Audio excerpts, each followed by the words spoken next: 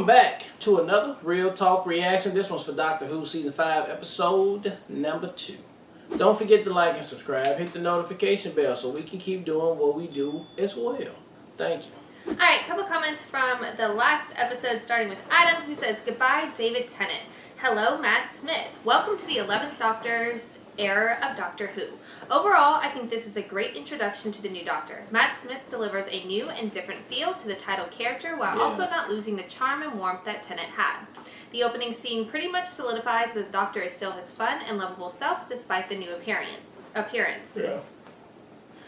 Amy is also a great first companion. She's a lot more down-to-earth than Donna, but a lot more fun and quirky than someone like Rose and Martha. Karen Gillan, who you may know as Nebula in the MCU, is terrific as a character and has fantastic chemistry with Smith's Doctor. Also, while you didn't see much of him, Arthur Darvill is fantastic as Rory. Part of me loves the fact that this may or may not have been an inspiration for him to play Rip Hunter in Legends of Tomorrow.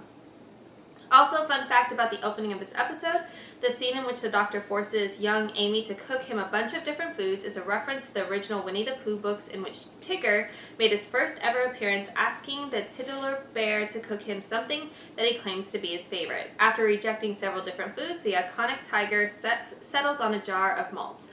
Pooh then sits with him while eating a jar of honey. The scene in which Amy eats a bowl of ice cream while the Doctor eats fish fingers and custard is an exact copy of that scene in the book, and I find that absolutely amazing and adorable. That is freaking adorable. I love that. Thanks for the insight. Great reaction as always, and looking forward to the next one. Then we have Patrick coming through to say, "I gushed too much in my last comment, so I'll keep it simple. Great introduction to Matt Smith. Great introduction to Amy Pond. Yes, J Rabbit, that is the music I was talking about. Have fun with the next one." Thanks, Patrick. Then we have JoJo coming through to say, "I like to think of the various Doctors like Dorothy's companions. You enjoy each of them for their own reasons, but everyone has a scarecrow that they'll miss most of all."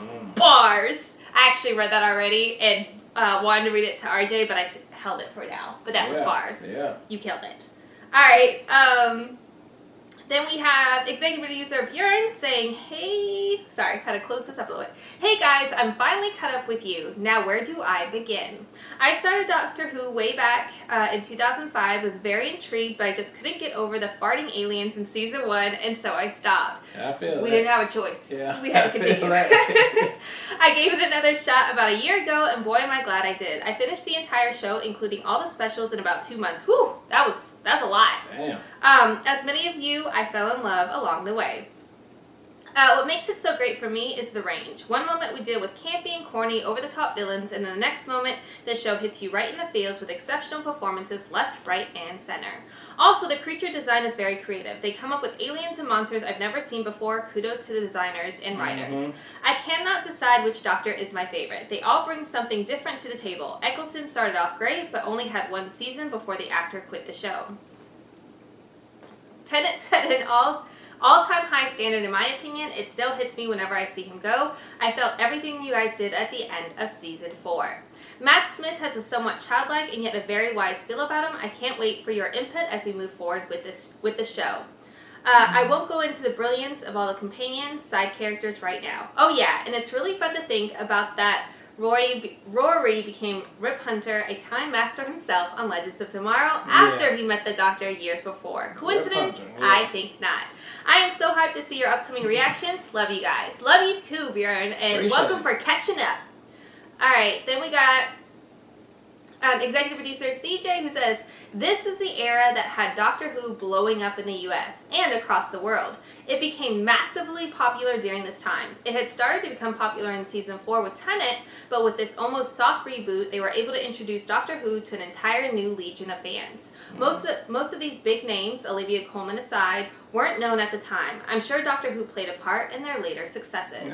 Fun fact, the girl who plays young Amelia is actually one of Karen Gillan's cousins." That is super fun. I love that. That's cool. They hadn't met before this, and the casting was random, not on purpose. I saw the young actress, now all grown, at a convention last year, and she looks so like Karen, it's unreal. J Rabbit, you are just going to love the music so much from here on out. Murray Gold really takes the scoring to a whole new level over the next few seasons. Amy's theme is so haunting but beautiful, and Eleven's theme is so chaotic, but it also has such a superhero vibe to it. I'm here for all of it. I got Goosies in the first episode. That's already setting the bar. The scene with all the doctors, I really love how they did that. And to have Matt Smith appear through Tennant's face and simply say, "Hello, I'm the doctor," that was some clever writing from Moffat. Yeah, that was gangster. That gave me straight up goosebumps, that whole entire part. He wasn't saying that to the Atraxi. That was 100% him telling the fans, "We know you love David, but it's my turn now." You've got some really strong episodes coming up this season, several of them being fan favorites, so buckle up. You're in for a wild ride. Whew, these comments are great. All right, next one's from Lemuel, who says, "I don't know if it's been said, but you were wondering why Matt Smith was still cooking and a little out of sorts through the episode. Each doctor has a freak-out session after regenerating. For David Tennant's 10th doctor, the dude was comatose for the entire episode." I don't even remember that. For Matt Smith's 11th, he was having seizures. Anyway, I really like this episode. Matt Smith shows his doctor to be a quirkier sort of Time Lord. Still, he brings the heat in those last few lines to the Atraxi. Excited to see you continue with this series. Alright, and then the last comment is from Jeremy, who says, "Great reaction to a great episode. The first time I watched this, I was a bit nervous if I would like the new doctor, but by the end of the episode, when he was delivering his lines to the Atraxi, I was confident I would end up liking him." I feel very similar.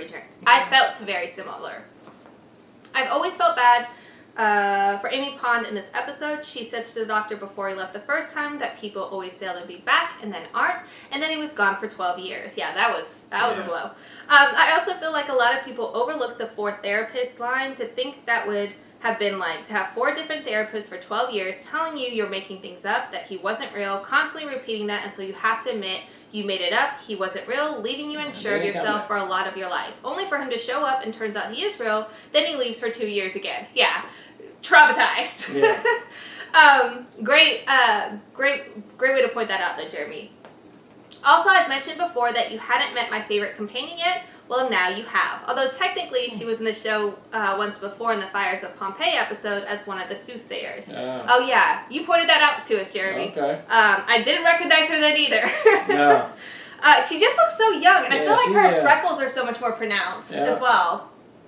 Okay, this is how I became a fan of Karen Gillan, long before Nebula and the Jumanji movies. Although there is a little more to add to her being my favorite companion, but that will be at a later date, no spoilers. Also, there's another companion we haven't met yet that is almost my favorite companion as well, kind of like David Tennant is my favorite doctor, but Matt Smith is almost my favorite too. Anyway, I look forward to the next one. Alright, well, great comments as always, guys. Let's jump into the next one right now.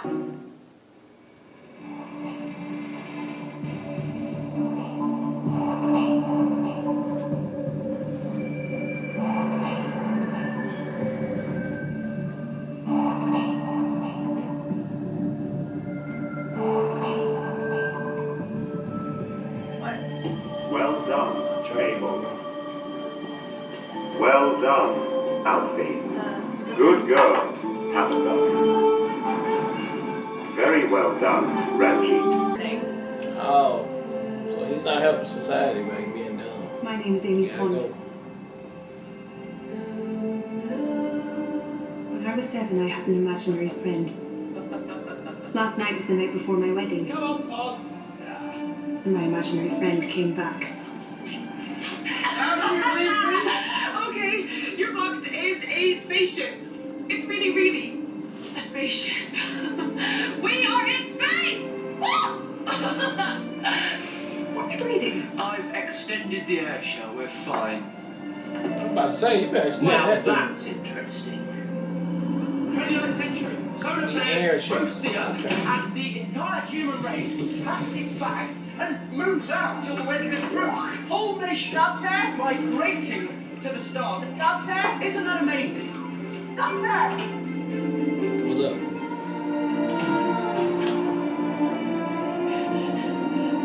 Oh, come on. I found us a spaceship. This is the United Kingdom of Britain and Northern Ireland, all of it, bolted together and floating in the sky. Starship UK, it's Britain, but metal. That's not just a ship, that's an idea, that's a whole country.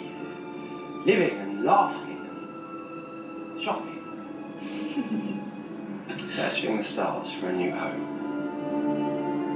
Can we go out and see? Of course we can, but first there's a thing. A thing? An important thing. In fact, thing one. We are observers only. That's the one rule I've always stuck to in all my travels. I never get involved in the affairs of other peoples or planets. What is he? Ooh, Full of remember shit? yourself. Right. So we're like a wildlife documentary, yeah? Because if they see like a wounded little cub or something, they can't just save it. They've got to keep filming and let it die. It's got to be hard. I don't think I could do that. They find that hard being all like detached and cold. Oh, he's already there. Doctor! She needs to get out of her pajamas.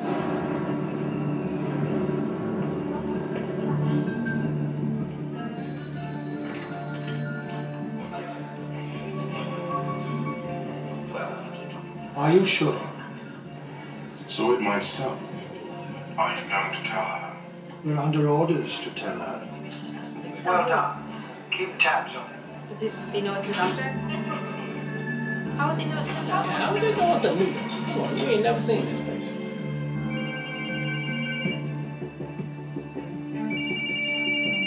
Sorry to interrupt. There's been a sighting. London Block, Oxford Street. A man, Did he do the thing? apparently. I'll have a look on the monitors. Oh, so maybe she just knows how he behaves. Did he do the thing? Oh, with the water? Because now she's got all these glasses of water. What did he do with the water, though? Put it on the ground. One little girl crying. So? Crying silently. How many children cry because they want to? My whole family was. Your family? They're repairing. Doesn't take long. Let's move.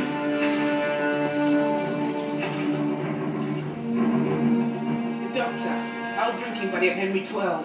Tea and scones with Liz too. Vicky was a bit on the fence about you, weren't she? Knighted and exiled you on the same day. And so much for the Virgin Queen, you bad, bad boy. Liz 10.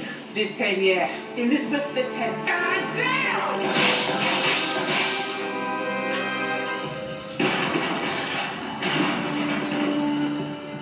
I'm the bloody queen, mate. Basically, I rule.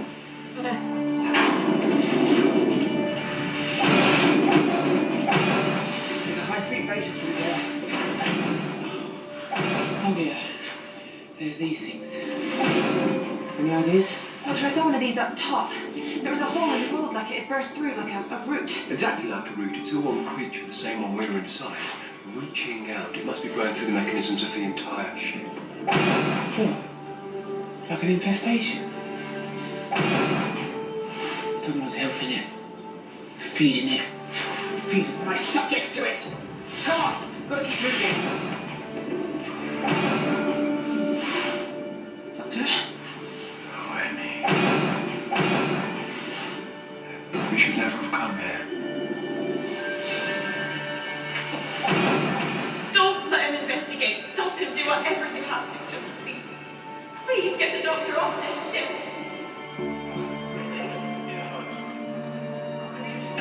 Winder Division 1. 10 has penetrated to the lower levels. Initiate the protocol. God save the Queen. What are the glasses? To remind me every single day that my government is up to something. And it's my duty to find out what. The Queen going undercover to investigate her own king. Secrets are being kept from me. I don't have a choice. 10 years I've been at this. My entire reign. And you've achieved more in one afternoon. How old were you when you came to the throne? 40. Why? What, you're 50 now? No way. Yeah. They slowed my body clock. Keeps me looking like the stamps. And you always wear this in public?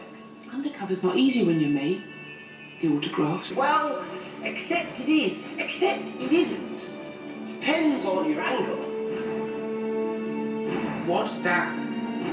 Well, like I say, it depends on the angle. It's either the exposed pain centre of Big Fella's brain being tortured relentlessly, or it's the gas pedal, the accelerator. Starship UK's go faster button. I don't understand. Don't you? Try it a bit more. A spaceship that could never fly, no vibration on deck. This creature, this poor, trapped, terrified creature, it's not infesting you, it's not invading, it's what you have instead of an engine. And this place down here is where you hurt it, where you torture it, day after day, just to keep it moving.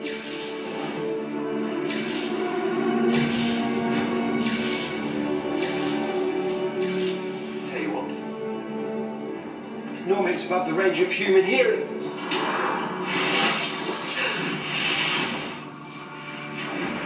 This is the sound none of you wanted to hear.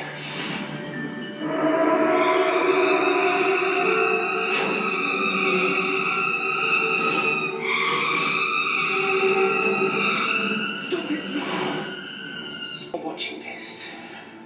If I am watching this, then I have found my way to the Tower of London. The creature you're looking at is called a star whale. Once there were millions of them. They lived in the depths of space and, according to legend, guided the early space travelers through the asteroid belts. This one, as far as we are aware, is the last of its kind. And what we have done to it breaks my heart. The Earth was burning. Our sun had turned on us, and every other nation had fled to the skies. Our children screamed as the skies grew hotter. And then it came like a miracle. The last... The worst thing I'll ever do. I'm going to pass a massive electrical charge through the star whale's brain. Should knock out all its high functions, leave it vegetable. The ship will still fly, but the whale won't feel it. Oh my gosh. That'll be like killing it. Look, 3 options. 1, I let the star whale continue in unendurable agony for hundreds more years. 2, I kill everyone on this ship.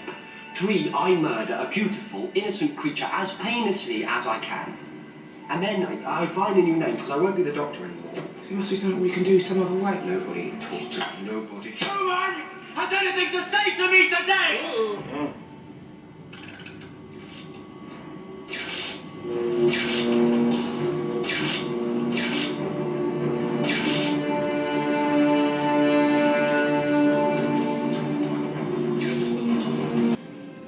The star whale didn't come like a miracle all those years ago. It volunteered. You didn't have to trap it or torture it. That was all just you. It came because it couldn't stand to watch your children cry. Aw. What if you were really old and really kind and alone? Your whole race dead, no future. What couldn't you do then? If you were that old and that kind, Like the doctor. and the very last, Yeah, it's like the doctor, right? you couldn't just stand there and watch children cry. That's right.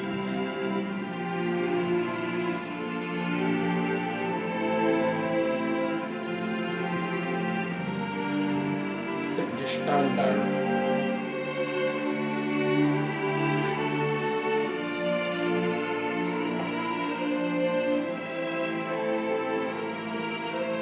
From Her Majesty, she says there will be no more secrets on Starship UK.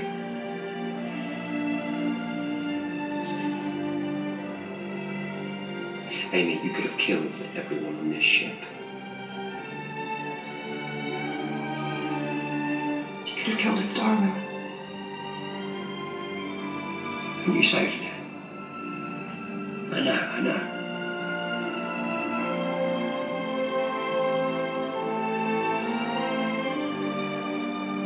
Amazing, though, don't you think? The star whale. All that pain and misery. And loneliness. And it just made it kind. But you couldn't have known how it would react. You couldn't. But I've seen it before.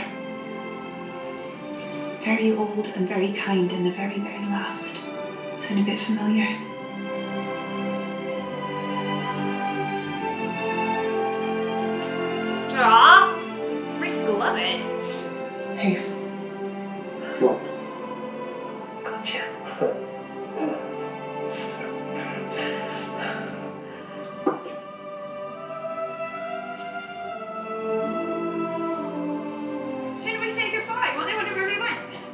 the rest of their lives.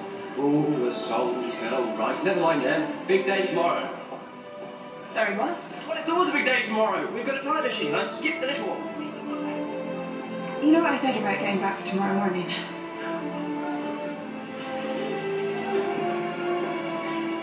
Have you ever run away from something because you were scared? Or not ready? Or just because you could? Once. A long time ago. What happened? Hello. Right. Doctor, there's something I haven't told you. No, hang on, is that a phone ringing? People calling you. Well, it's a phone box. Would you mind? What, it is a phone box. Hello? Sorry, who? No, seriously, who? She's the Prime Minister. First the Queen, now the Prime Minister. Get about, don't ya? Which Prime Minister? Which Prime Minister? The British one. Which British one? Still Which in. British one?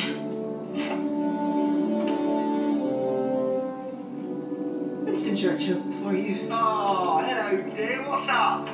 Tricky situation, Doctor. Potentially very dangerous.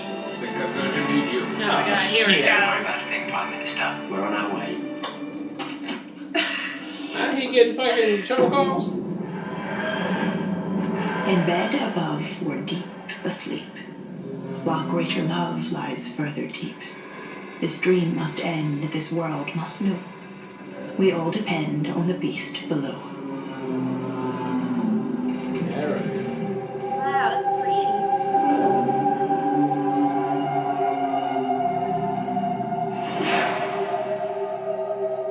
Alright, that was episode 2 of Doctor Who, and a nice concealed story right there, all on one place. I like the concept. It wasn't too over the top with the alien craziness. That just all worked out. So, and then I'm liking the Doctor, the new Doctor here. I like the companion too. How they got that. They still trying to figure each other out. You know, they're gonna have to grow together. But I still like how we did this story right here, right? And then it still ended up being the Doctor helping out when he said he wasn't going to interfere at all. And then if we're going to be doing like at the end of the show, what could be possibly next and the thing, because I like to jump to Winston Churchill, and then you got the dialects over there who's about to come forward. But I don't think we're going to that. Maybe that was just like, it was just the next adventure thing, and then, you know, we're going to go save and move on. But we'll see. If that's how we're going to do it with it, that's cool. But I like the way it went for this episode right here of the storytelling. So I hope we get some more of that. Let's go.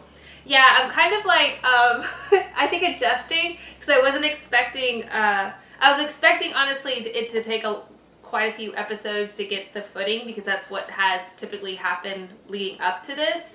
I'll say outside of probably season 4.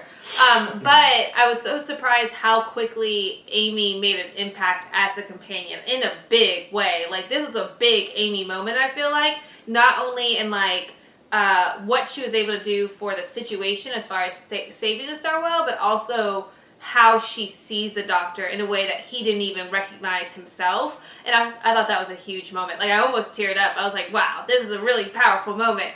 And making it a mirror image of the Starwell coming through and saving humanity because he's the last one and doesn't want the children to suffer. And that was essentially what Matt Smith, the Doctor, said why he saves people, because he does, you know, like, oh, it's so good. It was so well written. And for her to be the one that recognized that after he was like so mad at her, I just thought was great. And the fact that they hugged, I just love it. It was very...